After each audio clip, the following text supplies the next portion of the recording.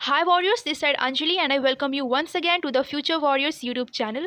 So जैसे कि आप सबको पता है कि EPFO SSA एग्ज़ाम अब बिल्कुल भी ज़्यादा दूर नहीं है। हमारे पास सिर्फ और सिर्फ 20 दिन ही बचे हुए हैं, राइट। सो इस 20 दिन को हमें बहुत प्रिसाइसली यूज़ करना है, एक प्रॉपर स्ट्रैटेजी के साथ, एक डिसेंट स्ट्रैटेजी के साथ। अब इस अच्छी सी एक डिसेंट स्ट्रैटेजी का होना बहुत ज़्यादा ज़रूरी क्यों है? बिकॉज यही वो चीज़ है जो अब हमें हमारे एग्ज़ाम तक एक अच्छा सा डायरेक्शन देगी कि येस अब हमें यही चीज़ फॉलो करनी है, तब जाकर हमारा एग्ज़ाम बहुत ही अच्छे मार्क्स से क्वालिफाई होगा, राइट। सो आपको इस चीज़ को समझना है एंड इसी चीज़ को मैंने इस पूरी वीडियो में आपके साथ डिस्कस किया है। सो मेक श्योर आप इस वीडियो को एंड तक देखो एंड देन अपनी स्ट्रैटेजी को एक राइट डायरेक्शन दो। सो स्टार्ट करने से पहले मैं आपको पेपर पैटर्न की एक ब्रीफिंग दे देती हूँ। तो देखो, maths, GK and reasoning, in 3 subject से हमारे पास 30 क्वेश्चंस रहने वाले हैं। इंग्लिश सब्जेक्ट का वेटेज ज़्यादा है, इंग्लिश के आपको 50 क्वेश्चंस देखने को मिलेंगे एंड कंप्यूटर से 10 क्वेश्चंस। हर एक क्वेश्चन जो होगा वो 4 मार्क्स का होगा और नेगेटिव मार्किंग भी है 1/4 मार्क्स की, दैट इज़ 0.25 मार्क्स। इस पूरे पेपर को करने के लिए आपको 2.5 आवर्स का टाइम मिलेगा और इस एग्ज़ाम को एनटीए कंडक्ट करा रही है। और एक और डाउट मैं यहाँ क्लियर कर दूँ कि इस पेपर में कोई भी सेक्शनल टाइमिंग नहीं है, there is no sectional timing. So अब अगर हम अपने सब्जेक्ट्स की बात करें एंड इसमें हम रीजनिंग सेक्शन की बात करते हैं, तो देखो रीजनिंग जो सेक्शन है वो आप सबको पता है कि स्कोरिंग भी होता है एंड टाइम कंज्यूमिंग भी होता है। स्कोरिंग इसीलिए बिकॉज यहाँ पे हमें कुछ भी याद नहीं करना होता है, ऑन द स्पॉट जो क्वेश्चन आया है उस क्वेश्चन का कॉन्सेप्ट हमें अच्छे से पता है, उसकी हमने अच्छे से प्रैक्टिस कर रखी है, देन ऑब्वियसली हम उस टाइम पर उस क्वेश्चन को आराम से कर जाएंगे। बट कभी कभी ऐसा भी होता है कि रीजनिंग ही ऐसा एक टॉपिक चला जाता है जो स्कोरिंग तो होता है, लेकिन अगर किसी एक क्वेश्चन में हम अटक जाते हैं तो वो टाइम कंज्यूमिंग भी हो जाता है। बिकॉज हम ना अगर मान लो किसी एक क्वेश्चन को कर रहे हैं एंड करते करते एंड में वो चीज़ अच्छे से सॉल्व नहीं हुई, ये बेसिकली हमारे अरेंजमेंट वाले क्वेश्चन में प्रॉब्लम हो जाती है। और ये जो आप देख रहे हो रीजनिंग की टॉपिक्स यहाँ लिखे हुए हैं मैंने, और इसे मैंने टेलीग्राम पे ऑलरेडी अपलोड कर दिया हुआ है क्योंकि मैंने ये चीज़ बहुत पहले से बता रखी हुई थी जब EPFO SSA एग्ज़ाम का अनाउंसमेंट हुआ था, राइट। तो ये चीज़ आपको पता होनी चाहिए कि रीजनिंग में कौन से वो टॉपिक्स हैं जो आ रहे हैं एंड उन कौन से वो टॉपिक है जिनकी प्रैक्टिस आपको अच्छे से नहीं है, जिसका कॉन्सेप्ट आपको अच्छे से नहीं पता है, और ऐसा कौन सा क्वेश्चन है जो आपसे बिल्कुल भी नहीं समझ आ रहा है, करते करते एंड तक वो रह ही जा रहा है। तो ऐसे क्वेश्चंस को आपको समझना है एंड उस पर बहुत अच्छे से प्रैक्टिस करना है। तो हम अगर सीधी साधी बात करें रीजनिंग की, तो इसकी एक प्रॉपर स्ट्रैटेजी यही होनी चाहिए कि आपको हर दिन कम से कम 1 घंटा देना है रीजनिंग को। और इसके जो बहुत ही ज़्यादा टफ क्वेश्चंस आपको लगते हैं, लाइक अगर आपको सिटिंग अरेंजमेंट टफ लग रहा है, ऑब्वियसली पजल सबको टफ लगती है, तो आप पजल्स को लेके बैठो और हर दिन आप कम से कम 3 से 4 पजल लगाना शुरू कर दो और रीजनिंग को अपना स्ट्रॉन्ग पॉइंट ज़रूर बनाओ। देन अब हम बात कर लेते हैं जीके एंड जीएस सेक्शन की, और ये सेक्शन आई नो बहुत ही ज़्यादा वास्ट है। अभी 20 दिन में हमें क्या कवर करना है, इनमें कौन से बहुत ज़्यादा इंपॉर्टेंट टॉपिक्स है वही यहाँ पे मैंने बताए हैं। तो हम आपको पता बेसिकली वही करने हैं जो यहाँ मोस्ट इंपॉर्टेंट टॉपिक्स की कैटेगरी में जो मैंने ऐड कर रखे हुए हैं। जैसे अगर हम हिस्ट्री की बात करते हैं तो सबसे ज़्यादा इंपॉर्टेंट जो एरा है वो कौन सा है, वो है मेडिवल एंड मॉडर्न। इन्हीं 2 एरा से बहुत ज़्यादा क्वेश्चंस आते हैं, एंशिएंट से भी आते हैं क्वेश्चंस, लेकिन इन दोनों सेक्शन से ज़्यादा क्वेश्चंस आते हैं। एंशिएंट के भी मैंने बता रखे हैं तो वहाँ पे हम देख लेंगे उसको। तो अभी जैसे हम मेडिवल हिस्ट्री की अगर बात करें तो सबसे ज़्यादा इंपॉर्टेंट क्या हो जाता है, दिल्ली सल्तनत, ठीक है। अभी देखो दिल्ली सल्तनत में आपको करना क्या है, जितनी स्लेव डायनेस्टी से लेके मुगल डायनेस्टी तक जितनी भी इंपॉर्टेंट डायनेस्टीज़ थी वो आपको कवर करनी है। अब इस डायनेस्टी में आपको क्या कवर करना है, जैसे मान लो आपने स्लेव डायनेस्टी उठाई, अब इसमें आपको पढ़ना क्या है, आपको इसमें कवर करना है first and last ruler. Then इसमें इस स्लेव डायनेस्टी में कोई एक ऐसा इंपॉर्टेंट रूलर रहा हो जिसका कोई निक नेम भी हो, ठीक है, तो वो आपको कवर करना है। खैर स्लेव डायनेस्टी में ऐसा कोई रूलर नहीं था, बट वहाँ जो खिलजी डायनेस्टी थी ना, उसमें जो अलाउद्दीन खिलजी था उसमें उसका नाम मेंशन किया गया है सिकंदर सैनी, या फिर उसको सेकंड अलेक्जेंडर के नाम से भी जाना जाता था, है ना। तो ऐसे मतलब कोई अगर इंपॉर्टेंट निक नेम्स आ रहे हैं तो वो आपको पढ़ लेने हैं। देन ये जो डायनेस्टी है ना, इसके अंदर कोई इंपॉर्टेंट बैटल हुई हो तो वो आपको पढ़नी है। देन इसमें आपको मॉन्यूमेंट्स कवर करने हैं, जैसे कि जो कुतुबुद्दीन ऐबक था स्लेव डायनेस्टी का, उसने क्या बनवाया था, उसने जो कुतुब मीनार था वो उसने कंस्ट्रक्शन स्टार्ट करवाया था, राइट। तो वो आपको पता होना चाहिए। देन इंपॉर्टेंट पर्सन अगर कोई रहे हो स्लेव डायनेस्टी के टाइम तो वो आपको पता होना चाहिए कि ये पर्सन कौन सी डायनेस्टी को बिलोंग करता है। देन बुक्स एंड ऑथर्स बहुत ज़्यादा इंपॉर्टेंट है। देन ट्रैवलर्स की कोई किसी भी पर्टिकुलर डायनेस्टी में कोई फॉरेन ट्रैवलर आया था और वो कहाँ से आया था वो भी आपको बहुत अच्छे से कवर करना है। देन रिलीजियस मूवमेंट को आपको थरली कवर करना है, बहुत ज़्यादा इंपॉर्टेंट है, इसके क्वेश्चन आते हैं, लाइक सूफी सेंट के ज़्यादा आते हैं, सूफी मूवमेंट के basically. Then later Mughal dynasty में आपको क्या कवर करना है, इसमें जो रिवॉल्ट ऑफ 1857 हुई थी ना, वो आपको अच्छे से कवर करनी है। एंड इसको मैंने अपनी हिस्ट्री की वीडियोज़ में बहुत अच्छे से कवर करा दिया है, वही टॉपिक लिया है जो कि पूछे जाते हैं एग्जाम्स में, ठीक है। जैसे कि मान लो रिवॉल्ट ऑफ 1857 में अगर आपने टॉपिक उठाया है तो उसमें कवर क्या करना है, जो जो जिन जिन लोगों ने उसमें पार्टिसिपेट किया था वो कहाँ से आए थे, लाइक कहाँ से पार्टिसिपेट किया था, देन किस रीज़न से बेसिकली पार्टिसिपेट किया था, फर्स्ट कहाँ से स्टार्ट हुआ था, किसने स्टार्ट कराया था, देन रीजंस क्या थे, है ना। तो मतलब बेसिकली पूरा निचोड़ आपको रिवॉल्ट ऑफ 1857 का पता होना चाहिए। देन इसके बाद आपको सारे के सारे जो 10 सिख गुरु थे ना, 10 के 10 सिख गुरुज, वो आपको पता होना चाहिए क्रोनोलॉजी के साथ, और कौन से सिख गुरु के टाइम कौन सा कोई मेजर इंसिडेंट हुआ हो वो आपको पता होना चाहिए, या फिर कुछ किया हो किसी सिख गुरु ने, वो आपको अच्छे से कवर करना है। अब देन नेक्स्ट, ये तो रही हमारी सारी मेडिवल हिस्ट्री की बातें। नेक्स्ट अगर हम बात करते हैं मॉडर्न हिस्ट्री की, इसमें आपको क्या कवर करना है, जो यूरोपियंस आए थे ना हमारे इंडिया, पूरा क्रोनोलॉजी में आपको पता होना चाहिए कि सबसे पहले कौन आया था, फिर कौन आया था, फिर कौन आया था, ठीक है। देन उन लोगों ने, वो लोग आए तो उन्होंने अपनी फर्स्ट फैक्ट्रीज कहाँ कहाँ सेटअप की थी, ये आपको पता होना चाहिए। देन इसके बाद जितने भी गवर्नर जनरल्स थे ये बहुत अच्छे से आपको पता होना चाहिए। एंड इसमें भी जो फर्स्ट चीज़ें होती ना बहुत इंपॉर्टेंट है, जैसे कि first governor of Bengal, then start हुआ था governor general of India, then start हुआ था वाइसरॉय, स्टार्ट होने लग गया था फिर, तो ये सब फर्स्ट आपको पता होना चाहिए। देन ये जो मैंने लाइन लिखी है ना, ये बहुत ज़्यादा इंपॉर्टेंट है, like most critical incidents, like कौन से गवर्नर के टाइम पे कौन सा मोस्ट इंपॉर्टेंट इंसिडेंट हुआ था, या फिर कौन सा इंसिडेंट किस गवर्नर के टाइम हुआ था। जैसे कि अगर मान लो जलियांवाला बाग मैसेकर की बात करते हैं, तो ये इंसिडेंट जब हुआ था उस टाइम पे गवर्नर कौन था, या फिर बेसिकली उस टाइम तो वाइसरॉय स्टार्ट हो गया था ना, तो वाइसरॉय कौन थे उस टाइम, तो ये आपको पता होना चाहिए बहुत अच्छे से। देन जितनी भी ट्रीटीज़ थी मोस्ट इंपॉर्टेंट वाली, वो आपको पता होना चाहिए, जैसे कि ट्रीटी ऑफ सेरिंगापट्टनम, ये बहुत ज़्यादा इंपॉर्टेंट, इसको आपको अच्छे से कवर करना है। Then next social and cultural reforms, ये तो भाई बहुत ज़्यादा इंपॉर्टेंट है, जैसे कि जितने भी इंपॉर्टेंट कल्चरल रिफॉर्म्स लाए गए थे इंडियंस के द्वारा, जैसे कि हमारे दयानंद सरस्वती जी हो गए, देन स्वामी विवेकानंद वगैरह हो गए ना, उनके द्वारा जितने भी कल्चरल रिफॉर्म्स किए गए थे वो बहुत ज़्यादा इंपॉर्टेंट है, अच्छे से पता होना चाहिए। देन इंडियन नेशनल कांग्रेस, इसको स्किप कर सकते हो क्या आप, बिल्कुल भी नहीं। एंड इसमें भी जितने वो एक्सट्रीमिस्ट एंड मॉडरेट्स है ना, इनके रिगार्डिंग न्यूज़पेपर्स बहुत पूछे जाते हैं, कि जैसे बाल गंगाधर तिलक थे, उन्होंने कौन सा न्यूज़पेपर लिखा था, तो वो भी क्वेश्चन आ जाता है।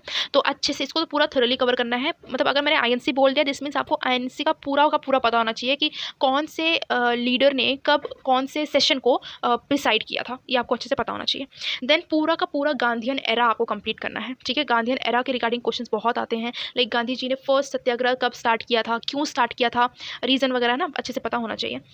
देन एंशियंट हिस्ट्री आपको कवर करनी है, उसमें क्या, देखो इंडस वैली सिविलाइजेशन, ये एंशियंट हिस्ट्री का फेवरेट टॉपिक होता है, जो भी एग्जाम आप उठा के देख लो, अगर एंशियंट हिस्ट्री से क्वेश्चन आया है तो आईवीसी से पक्का आया है। और आईवीसी का रिगार्डिंग मैंने एक बहुत अच्छी वीडियो अपलोड करी हुई है, बहुत ही शॉर्ट एंड बहुत ही क्रिस्प वीडियो है, आप एक बार जाके ज़रूर देख लेना, रिविजन के लिए बहुत हेल्पफुल रहेगा, ठीक है।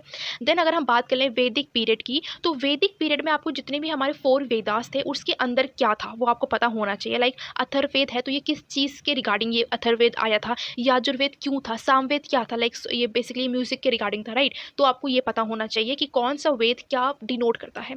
देन जितनी हमारी पुरानी नदियाँ थी उनके पुराने नाम क्या थे वो आपको पता होना चाहिए। देन लेटर वैदिक पीरियड में आपको महाजनपद पढ़ने हैं, एंड उसके बाद रिलीजियस मूवमेंट आपको स्टार्ट कर लेना है, जैसे कि रिलीजियस मूवमेंट में भी 2 ही हैं, that is Jainism and Buddhism. Buddhism में काउंसिल सबसे ज़्यादा इंपॉर्टेंट है। देन एंशियंट इंडिया की जो जितनी भी मोस्ट इंपॉर्टेंट डायनेस्टीज़ थी उसमें भी देखो हरियंका डायनेस्टी से लेके चोला डायनेस्टीज तक पूरा अच्छे से आपको पता होना चाहिए। इसमें क्या पढ़ना है, जैसे मैंने पहले बताया ना स्लेव डायनेस्टी का जैसे एग्जांपल देके बताया, वैसे ही सेम यहाँ पे आपने हरियंका डायनेस्टी उठाई, उसमें फर्स्ट एंड रास लूलर पढ़ लेना है। देन उसके अंदर कोई इंपॉर्टेंट पर्सन हो उसका निकनेम पढ़ लेना है अगर हो तो। देन उसके बाद उसके उस पर्टिकुलर डायनेस्टी के टाइम लाइक हरियंका डायनेस्टी के टाइम कोई बहुत इंपॉर्टेंट बुक लिखी हो वो पढ़ लेनी है। देन कोई फॉरेन ट्रैवलर आ गया वो उसका नाम पढ़ना है, कहाँ से आया था वो भी पढ़ लेना है। देन कोई इंपॉर्टेंट पोएट इस पर्टिकुलर डायनेस्टी से बिलोंग करता था तो उसका नाम और उसके द्वारा लिखी गई जो भी लिटरेचर थे जो भी चीज़ें थी वो आपको पढ़ लेनी है। ये बहुत इंपॉर्टेंट चीज़ें हैं यार, ये आती हैं पेपर में आपको। अब यहाँ से आपको टॉपिक्स खुद उठाने हैं लेकिन यहाँ फिर भी मैंने आपको बता दिए हैं कि क्या आपके लिए बहुत ज़्यादा इंपॉर्टेंट है। देन नेक्स्ट हम बात कर लेते हैं साइंस सेक्शन की। तो साइंस में basically 9th and 10th class की जो एनसीईआरटी के मोस्ट इंपॉर्टेंट टॉपिक्स थे ना वहाँ से क्वेश्चन उठ के आ जाता है। तो बेसिकली बेसिक साइंस आती है, उसमें मैं आपको यहाँ टॉपिक्स बता दे रही हूँ। जैसे अगर हम बात करें बायोलॉजी सेक्शन की, तो बायोलॉजी में जो हमारा plant cell and animal cell था ना वो टॉपिक बहुत इंपॉर्टेंट है, उसके रिगार्डिंग क्वेश्चन आते ही आते हैं, ठीक है। देन विटामिन के रिगार्डिंग क्वेश्चन आता है, डेफिशिएंसी ऑफ विटामिन से कौन सी डिसीज़ हो जाती है, ऐसा क्वेश्चन आता है। देन लाइफ प्रोसेस पूरा कंप्लीट आपको पढ़ लेना है एंड इसके बाहर से तो कुछ आएगा ही नहीं, ठीक है। बायोलॉजी के इसके बाहर से कुछ नहीं आने वाला है। क्या पढ़ना है लाइफ प्रोसेस में भी? डाइजेशन प्रोसेस पूरा आपको पता होना चाहिए, कौन से प्रोसेस में क्या क्या चीज़ें इन्वॉल्व हो रही हैं पूरा आपको पता होना चाहिए। ब्लड के रिगार्डिंग पूरा आपको नॉलेज होना चाहिए, ब्लड कैसा टाइप का टिश्यू है, ब्लड कितने टाइप्स के होते हैं, लाइक मतलब ऐसे होता है ना, ब्लड को 3 पार्ट्स में डिवाइड किया गया हुआ है, तो अच्छे से आपको पता होना चाहिए। देन टिश्यूज़ आपको पढ़ लेने हैं, कौन सा टिश्यू कहाँ पे प्रेजेंट होता है। एनिमल्स एंड प्लांट दोनों टिश्यूज़ आपको पढ़ने हैं। देन हार्मोन्स आपको पढ़ने हैं। Then reproduction animal and plant दोनों का पढ़ना है। देन एक्सक्रीशन आपको पढ़ना है। देन इसके बाद तो ये हमारा पूरा बायोलॉजी हो गया। देन इसके बाद केमिस्ट्री की अगर हम बात करें तो केमिस्ट्री में मेटल्स एंड नॉन मेटल्स, इसके अलावा केमिस्ट्री में कुछ आता है क्या? बहुत ज़्यादा नहीं।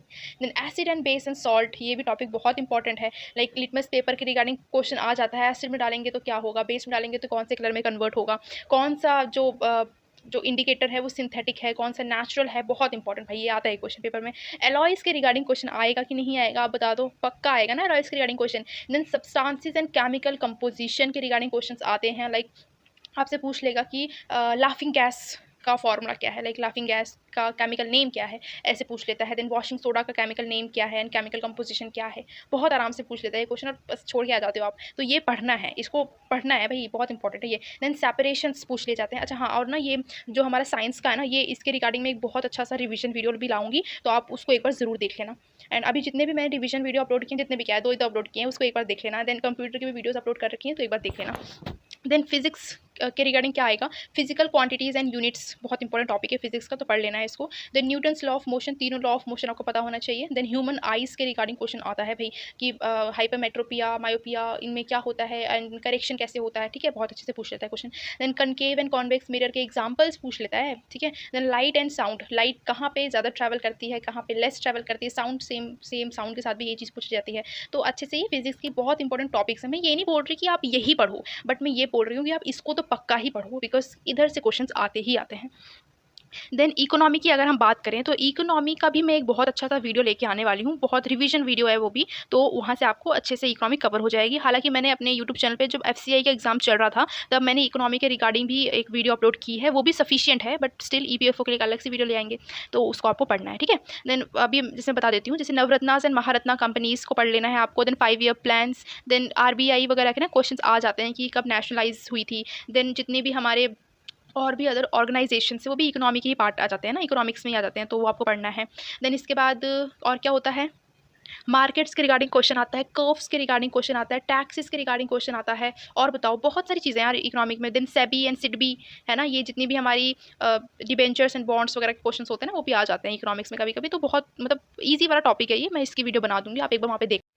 देन अब हम बात कर लेते हैं ज्योग्राफी के सेक्शन की। अब ज्योग्राफी के लिए मैंने ऑलरेडी ज्योग्राफी की एक बहुत ही क्रिस्प रिवीजन वीडियो अपलोड कर दी है मेरे चैनल पे, तो एक बार जाके उसको देख लेना। वहाँ से आपको ये पता चल जाएगा कि कौन से टॉपिक बहुत ज़्यादा इंपॉर्टेंट है, उसको कैसे कवर करना है। लाइक मैंने कवर कर मतलब ऑब्वियसली मैंने सब बता ही दिया है वहाँ पर, फिर भी आप मतलब आइडिया ले लेना वहाँ से। अगर आपको वीडियो नहीं देखनी है तो बस टेलीग्राम पर जाओ, उसकी PDF देख लो आप, ठीक है, रिवीजन की PDF देख लो एंड वहाँ से आप पढ़ लो। एंड अगर वो भी नहीं करना है आपको खुद के ही नोट्स पे डिपेंड रहना है, तो ये बहुत अच्छी बात है, और भी ज़्यादा अच्छी बात है। आप ये टॉपिक्स देखो, ये ज्योग्राफी के टॉपिक्स हैं, आप इन्हीं टॉपिक्स पे ज़्यादा वर्क करो और इसी को अच्छे से कंप्लीट करो, इसी को अच्छे से रिवाइज करो, बस इससे ज़्यादा आपको कुछ नहीं करना है ज्योग्राफी में। अब मैं बात कर लेती हूँ पॉलिटी सेक्शन की। पॉलिटी की भी मैंने एक रिवीजन वीडियो अपलोड कर दी है, खैर अगर आपको मन होगा तो देख लेना, अदरवाइज़ आपके पास नोट्स हैं आपके खुद के, तो आप वो देख लेना। और ये जो टॉपिक्स मैंने यहाँ मेंशन किए हैं, like preamble and sources of constitution, मतलब ये वो टॉपिक्स हैं जो आपको पॉलिटी के अच्छे से कवर करने हैं। एंड वो जो मैंने वीडियो अपलोड की है ना रिवीजन वाली, उसका PDF भी मैंने अपलोड कर दिया है टेलीग्राम पे, तो वहाँ पे जाके देख लेना, बहुत ज़्यादा हेल्पफुल हो जाएगा। अब बच रहा है हमारा करंट अफेयर्स। अब यहाँ देखो, सबसे पहले ना जनरल अवेयरनेस की बात कर लेते हैं, जैसे कि जिसमें स्टैटिक GK का पोर्शन ज़्यादा आने वाला है, तो उसमें आपको क्या कवर करने हैं। देखो ये इंपॉर्टेंट टॉपिक्स मैंने ऑलरेडी मेंशन कर रखे हैं, जैसे कि फोक डांस हो गया, फेस्टिवल्स हो गए, books and authors, current affairs के आएंगे बेसिकली। तो ये ना मैंने टेलीग्राम पे अपलोड कर रखे हुए हैं ऑलरेडी, जब हम स्टार्ट कर रहे थे ना इसकी प्रेपरेशन, तभी से मैंने स्टार्ट कर दिया था ये अपलोड करना, लाइक वहाँ पर मैं अपलोड कर देती थी हर ऑल्टरनेट डेज पे। तो काफ़ी सारे टॉपिक्स वहाँ पर कवर हो चुके हैं, जो रह रहे हैं वो मैं अपलोड करती रहूँगी, ठीक है। तो इसमें कुछ समझने जैसी चीज़ें हैं नहीं, सिर्फ आपको रीड करना है। तो ये रीडिंग वाली टॉपिक्स हैं जो मैंने यहाँ मेंशन कर दी हैं, जो कि आपको करके जाने ही जाने हैं। देन उसके बाद अगर हम बात करें करंट अफेयर्स की, तो करंट अफेयर्स में आपको क्या पढ़ना है, सबसे पहले कितना पढ़ना है, लाइक कौन से महीने का पढ़ना है आपको। जनवरी से लेके मई तक के अच्छे से करने हैं। इसमें आपको अपॉइंटमेंट्स कवर कर, then recent appointments, then schemes, central government schemes ज़्यादा इंपॉर्टेंट है, बहुत अच्छे से कवर करना है। अभी आप देखोगे जो हमारे ये विश्व भारती एग्ज़ाम्स हुए थे, मतलब विश्व भारती के एग्ज़ाम्स हुए थे, देन हमारे जेएनयू के एग्ज़ाम्स हुए थे, उसमें स्टेटमेंट बेस्ड क्वेश्चंस भी आए थे। तो वो जो स्टेटमेंट बेस्ड क्वेश्चंस होते हैं ना, वो ज़्यादातर क्वेश्चन स्कीम्स के रिगार्डिंग होते हैं। तो आप स्कीम्स को ना अच्छे से पढ़ के जाओगे, ये नहीं पढ़ के जाओगे सिर्फ कि कौन सी स्कीम कौन सी मिनिस्ट्री के अंदर आती है, नहीं, उसको ऑब्जेक्टिव भी आपको पता होना चाहिए, कौन सी स्कीम कब लॉन्च हुई थी, लॉन्च ईयर भी आपको पता होना चाहिए, ठीक है। तो या तो आप कोई एक सोर्स फाइंड कर लो यूट्यूब पे ही। खैर परचम क्लासेस बहुत ही अच्छा एक यूट्यूब चैनल है, जहाँ पे अभी 6 मंथ की सेंट्रल गवर्नमेंट स्कीम्स मैम ने अपलोड कर रखी है चैनल पे, तो आप जाके वहाँ पे एक बार चेक कर लेना, आपको अच्छा भी लगेगा और अच्छा खासा रिवीजन हो जाएगा, ठीक है। देन समिट, जितने भी रिसेंट में समिट्स हुए ना वो बहुत इंपॉर्टेंट है, और उस समिट में अगर इंडिया का पार्टिसिपेशन रहा है, ओ गॉड, वो बहुत इंपॉर्टेंट हो जाता है। देन स्पोर्ट्स में भी जितने भी इंडिया एंड नेबरिंग कंट्रीज़ के रिगार्डिंग कुछ भी स्पोर्ट्स में आ रहा है ना, वो बहुत इंपॉर्टेंट है, आपको कवर करना है। Then awards, then books and authors, then sad demises basically आप रिसेंट वाली करना। लेकिन अगर हमारा एग्जाम अगस्त में है ना, तो मई जून ये 2 महीने के ज़्यादा अच्छे से कवर करना है। देन साइंस एंड रिसर्च के भी क्वेश्चन आते हैं, लाइक अभी गगनयान हुआ है ना, इसके रिगार्डिंग भाई A to Z पढ़ लेना पूरा। एक्सरसाइजेस भी आती हैं, डिफेंस एक्सरसाइजेस आती हैं, किस कौन सी एक्सरसाइज किस कंट्री के बीच में हुई है। देन CM एंड गवर्नर्स पता होने चाहिए, हालांकि ये स्टैटिक जीके का ही पार्ट हो जाता है। देन बजट का भी मैंने एक वीडियो अपलोड किया है, वो आप देख लोगे, इनफ रहेगा। देन फाइनेंशियल अवेयरनेस का थोड़ा बहुत नॉलेज होना चाहिए, लाइक रिसेंट वाले वो भी।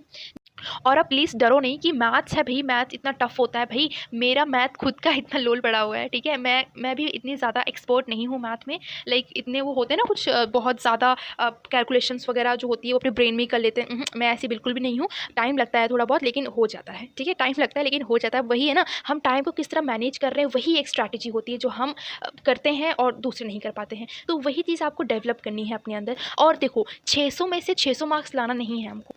मैं भी आगे डिस्कस भी करूँगी आपसे कि कितने क्वेश्चंस आपको अटेम्प्ट करने चाहिए जो कि आपके लिए एकदम सेफ स्कोर साबित हो, राइट।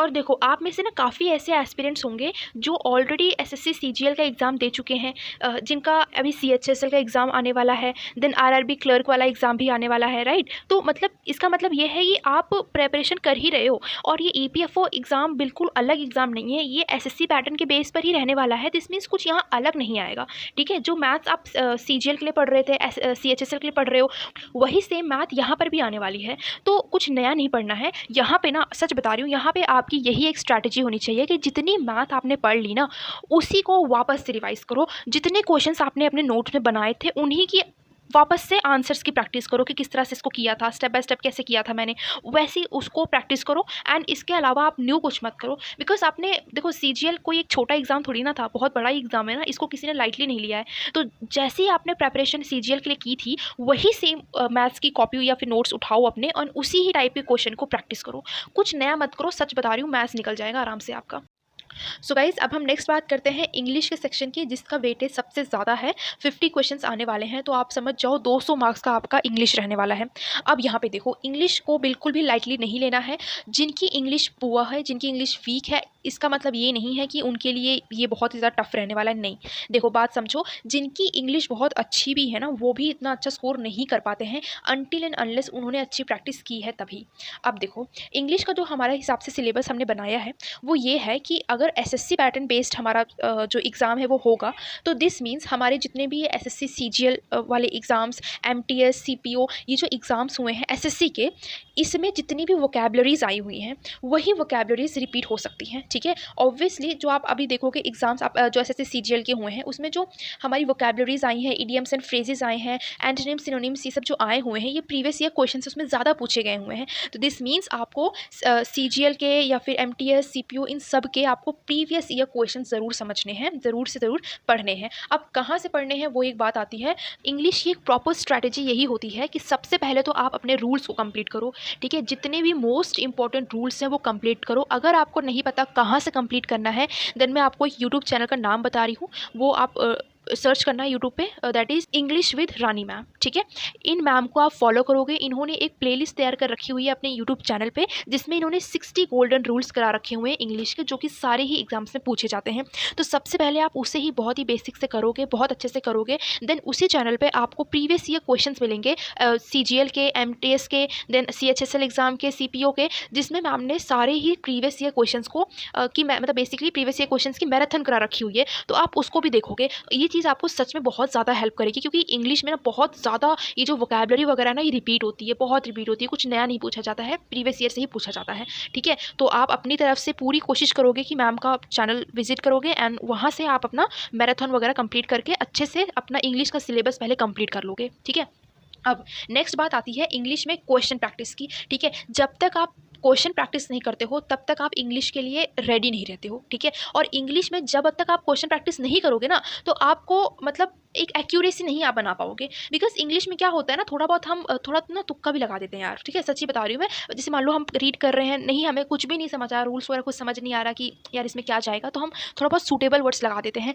तो ये सूटेबल वर्ड्स आप कब टिक कर पाओगे, जब आपको मतलब पता होगा एटलीस्ट कि ये सेंटेंस कहना क्या चाह रहा है, इस सेंटेंस में सेंस क्या जा रहा है, राइट। तो ये कैसे आएगा आपको, ये क्वेश्चन प्रैक्टिस से आएगा। तो इसके लिए आपको क्वेश्चन प्रैक्टिस करनी है। कहाँ से करनी है, ऑब्वियसली मॉक लगाओ इसके, इंग्लिश के सिर्फ। ठीक है, अब नेक्स्ट और लास्ट टॉपिक हमारा आता है कंप्यूटर का। कंप्यूटर को आपको कैसे कवर करना है, देखो मैंने ऑलरेडी मेरे ही चैनल पे कंप्यूटर के रिगार्डिंग कुछ बहुत ज़्यादा इंपॉर्टेंट टॉपिक्स की वीडियोस अपलोड की हैं, आप उनको देख लो। देन उसकी मैंने पीडीएफ भी अपलोड की है, अगर आपको वीडियो नहीं देखनी तो पीडीएफ भी देख लो एक बार। देन अगर आपको मेरे से नहीं पढ़ना है तो आप किसी की भी एक मैराथन वीडियो उठा लो एंड उनकी वीडियो फटाफट 2x पे चला के देख लो। ठीक है, 10 क्वेश्चन आने वाले हैं, बहुत ज़्यादा क्वेश्चन नहीं है। देन आपको ये मान के भी चलना है कि क्वेश्चन ईजी आएंगे, इतने ज़्यादा टफ नहीं आएंगे। ठीक है, लेकिन हाँ ये है कि जो आप पढ़ोगे उसे अच्छे से पढ़ना है एंड उसका मल्टीपल टाइम्स रिवीजन करना है। ठीक है, तो कंप्यूटर के लिए हमारी इतनी ही स्ट्रैटेजी रहनी चाहिए। सो गाइस, ये थे हमारे कुछ बहुत ज़्यादा इंपॉर्टेंट टॉपिक्स जो कि मैंने मेंशन कर दिए हैं। इनकी आपको बहुत अच्छे से प्रैक्टिस करनी है।